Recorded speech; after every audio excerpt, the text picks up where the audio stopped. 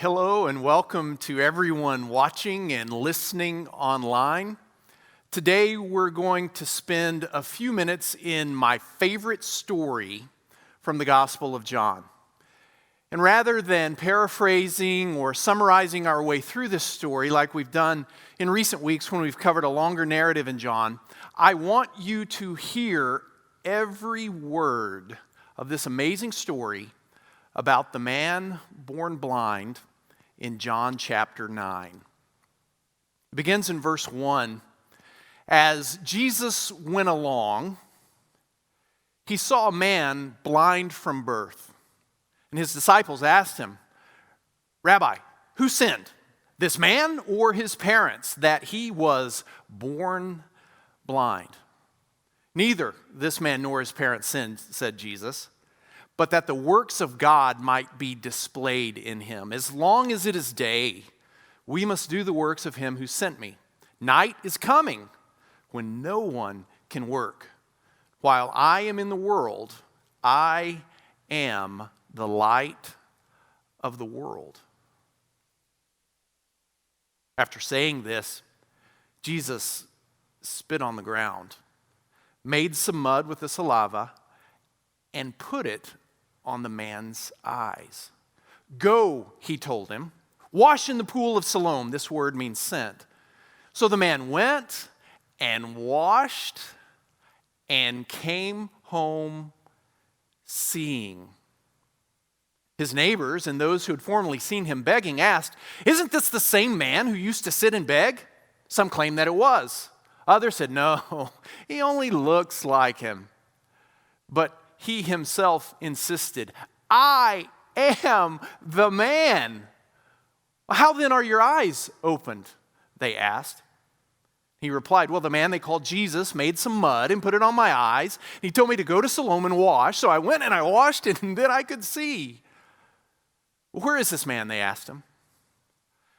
"I don't know," he said. They brought to the Pharisees the man who had been blind. Now the day on which Jesus had made the mud and opened the man's eyes was a Sabbath. Therefore the Pharisees also asked him how he received his sight. "Well, he put mud on my eyes," the man replied, "and I washed and now I see." And some of the Pharisees said, "This man is not from God, for he does not keep the Sabbath." But others asked, "How can a sinner perform such signs?" So they were divided. Then they turned again to the blind man. "What have you to say about him? It was your eyes he opened." And the man replied, "He is a prophet." They still did not believe that he had been blind and had received his sight until they sent for the man's parents. "Is this your son?" they asked. "Is this the one you say was born blind? How is it that now he can see?" "We know he is our son," the parents answered, "and we know he was born blind. But how he can see now or who opened his eyes, we don't know. Ask him. He's of age. He will speak for himself." His parents said this because they were afraid of the Jewish leaders who had already decided that anyone who acknowledged that Jesus was the Messiah would be put out of the synagogue. This was why his parents said, "He's of age. Ask him." A second time, they summoned the man who had been blind. "Give glory to God by telling the truth," they said. "We know this man is a sinner." And he replied, "Whether he's a sinner or not, I don't know. But one thing I do know, I was blind, but now I see." And then they asked him, "What did he do to you? How did he open your eyes?" And he answered, "I've told you already, and you did not listen. Why do you want to hear it again? Do you want to become his disciples too?" Then they hurled insults at him and said, "You are this fellow's disciple. We are disciples of Moses. We know that God spoke to Moses, but as for this fellow, we don't even know where he comes from." And the man answered, "Now, that is remarkable. You don't know where he comes from, yet he opened my eyes. And we know that God does not listen to sinners. He listens to the godly person who does his will. Nobody has ever heard of opening the eyes of a man born blind. If this man were not from God, he could do nothing. To this they replied, you were steeped in sin at birth. How dare you lecture us? And they threw him out. Jesus heard that they had thrown him out. And when he found him, he said, do you believe in the Son of Man? Who is he, sir? The man asked. Tell me so that I may believe in him. And Jesus said, you have now seen him. In fact, he's the one speaking to you. And the man said, Lord, I believe. And he worshiped him. And Jesus said, for judgment I have come into this world, so that the blind will see, and those who see will become blind. Some Pharisees who were with him heard him say this and asked, what, are we blind too? And Jesus said, if you were blind, you would not be guilty of sin. But now that you claim you can see, your guilt remains. I've entitled today's message, Will the Real Sinner Please Stand Up? Because one of the questions driving this story forward is, who sinned? In the opening scene, that's the question Jesus' disciples ask him when they come upon this man born blind. Conventional wisdom held that such afflictions were punishment for sin. Now the only question was it his parents who sinned, causing him to be born blind, or did this man somehow sin in his mother's womb and bring this punishment upon himself? Who sinned? Why this man was born blind is not nearly as interesting or as important to Jesus as is what he intends to do next. Jesus sees his blindness as an opportunity to perform yet another sign. And this sign will point to him being the light of the world who shines into the darkness. And so Jesus spits on the ground and makes some mud. And, well, you've already heard the man tell his story a couple of times. And after this opening scene, Jesus disappears and he doesn't return until the very end. In between, this man is harassed by the Pharisees who take it upon themselves to investigate his healing.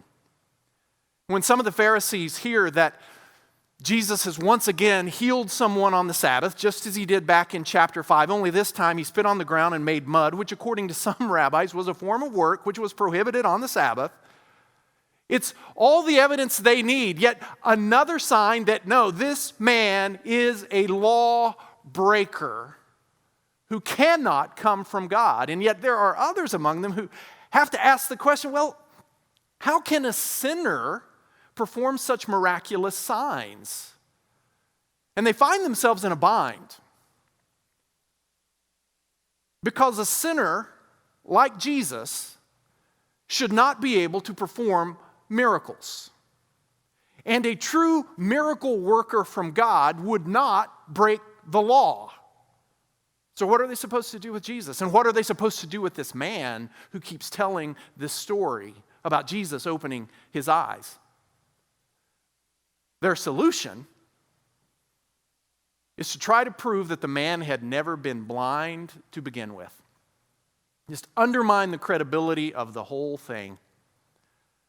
And when they bring the man's parents in, much to the Pharisees' chagrin, try saying that 3 times fast, they verify that, yes, indeed, he's our son, and he was born blind. But we don't know how his eyes came to be open, and they won't say anything about Jesus because the Pharisees had already threatened to throw anyone who dared say that Jesus was the Messiah out of the synagogue, which was a harsh punishment, and we'll talk more about it next week. And so the Pharisees interview the man a second time. And they demand he tell the truth because they know, beyond a shadow of a doubt, they are convinced Jesus is a sinner who willingly and intentionally breaks the law of God. And yet this man, who could not be more unlike the invalid Jesus healed back in chapter 5, keeps telling a story and using their logic against them, essentially asking, if Jesus is a sinner, how is it that I can see? And when he finally insists that his sight is proof that Jesus has to come from God, has to be from God, the Pharisees remind him that he's been steeped in sin since birth. It's a callback to the original question, why was this man born blind? Well, the Pharisees know he's a sinner. And so they throw him out, which presumably means they kick him out of the synagogue. And when Jesus hears that they've done this to the man, Jesus finds him. And for the first time, the man sees Jesus with his eyes, even though he's deep into the process of already recognizing who Jesus is and believing in him. So finally, the man sees Jesus, both literally and figuratively. And he worships him as the Lord. And that's when Jesus flips the script. He says, the one who is blind can now see, but those who think they can see are actually blind. And this is aimed at the Pharisees, some of whom are standing there, and they know he's talking about them, and they ask, do you really think we're blind when we can clearly see? Once again, someone misunderstands what Jesus says figuratively and takes him literally. We're not blind, we can see. And that's when Jesus finally declares who the real sinner in this story is. It's not him. He's doing the work of his Father in heaven. It's not the man who was born blind, whose eyes are now wide open. The real sinners in this story are the Pharisees. They are stuck in sin. Their sin remains or abides. There's that word again. They are stuck in sin because while they claim they can see clearly, they are blind to the presence and activity of God in their midst. This is part of a long, ongoing conflict that Jesus has with the religious leaders in Jerusalem. It begins early on in the gospel. Back in chapter 2, when Jesus cleansed the temple, the religious leaders knew he was going to be a problem. And then in chapter 5, when he healed the invalid on the Sabbath and told him he could carry his mat on the Sabbath, they judged that Jesus was a serious threat to their power, to their traditions, to their way of life, and they began looking for ways to eliminate him. And then in one of their long exchanges in chapter 7, Jesus diagnoses their problem. He tells them in chapter 7, verse 24, speaking to the religious leaders, he says, do not judge by appearances, but judge with right judgment. The problem is they are so convinced that Jesus has to be a sinner because he heals on the Sabbath that they cannot see the deeper meaning, the deeper truth, the signs, the healings, the miracles are pointing to. They're missing it. They're blind to it. Sometimes our initial assessment or judgment about a person or an event or a situation is incomplete and inaccurate. And a second or a third deeper look is required. Sometimes we have to look again. We have to look deeper. Which brings me to this question. Why is this man running away in the snow? Or is that really what's going on in this picture? Is this really a picture of a man running away in the snow? Or is it a dog running toward the camera? Sometimes a deeper look is required. And the religious leaders decided early on that Jesus could not be from God. And everything that follows is confirmation bias. Their investigation is not to determine if maybe Jesus is the Messiah. Maybe they need to take a second look. No, they've already decided he isn't. They're already threatening to punish people who would suggest that he is. The purpose of their investigation is to gather evidence of their judgment against Jesus while ignoring or dismissing any evidence to the contrary. That's why their first strategy is to prove that the man was never blind in the first place. And it gets worse the farther we go into the gospel. Later on, when Jesus raises Lazarus, spoiler alert, raises Lazarus from the dead, and more people are taking Jesus seriously in Jerusalem, the religious leaders decide that they not only need to kill Jesus, but they also need to kill Lazarus as well, because he's one piece of evidence they cannot explain away. Reminds me of the story of Hiro Onada. He was a Japanese soldier who was dropped off in 1944 on an island in the Philippines. His mission was to conduct guerrilla warfare in the jungles on that island and disrupt the Allied forces. So he and a small band of fellow soldiers disappeared into the jungle and set about their mission. He did not come out of that jungle until 30 years later in 1974, when his former commanding officer instructed him to surrender to the Philippine authorities. The war had ended just a few months after he disappeared into the jungle.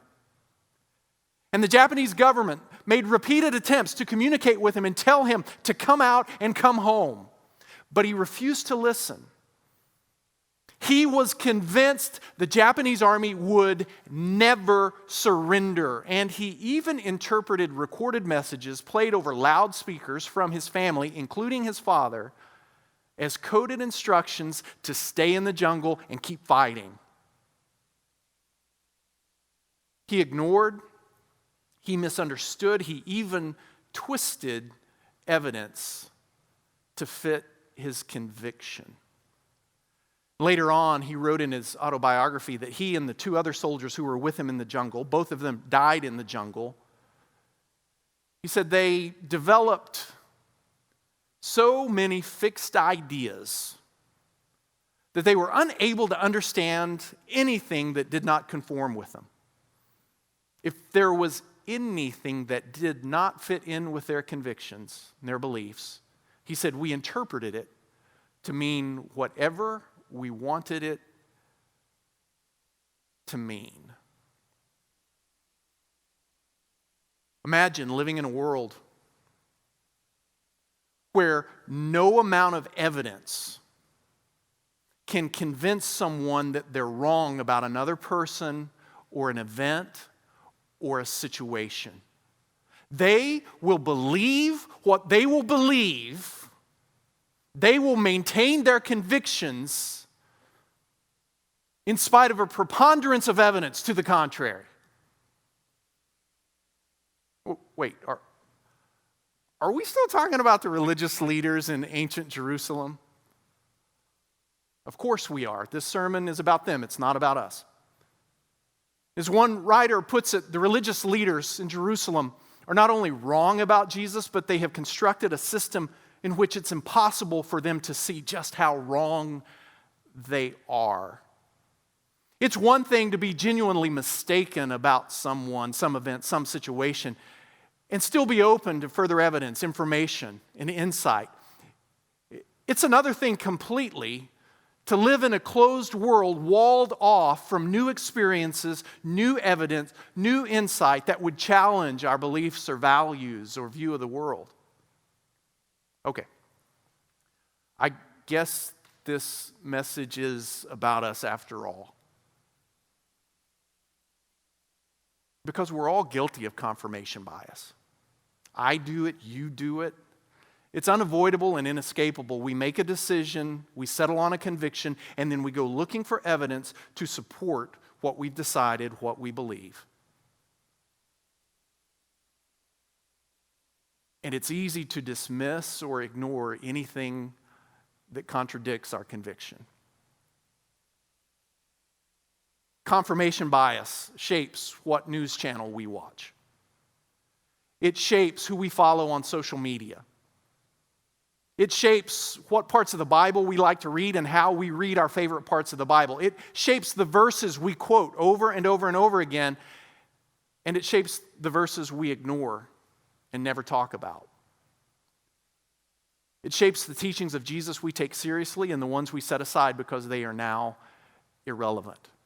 Confirmation bias can help explain why some people of faith automatically reject any new scientific discovery that challenges their worldview. It also can help explain why some scientists refuse to consider a faith-based or divine probability or cause for anything they can't observe or measure or replicate in a lab. There's a difference between admitting that we're not seeing the whole picture, that we might be wrong, that confirmation bias is something we're vulnerable to.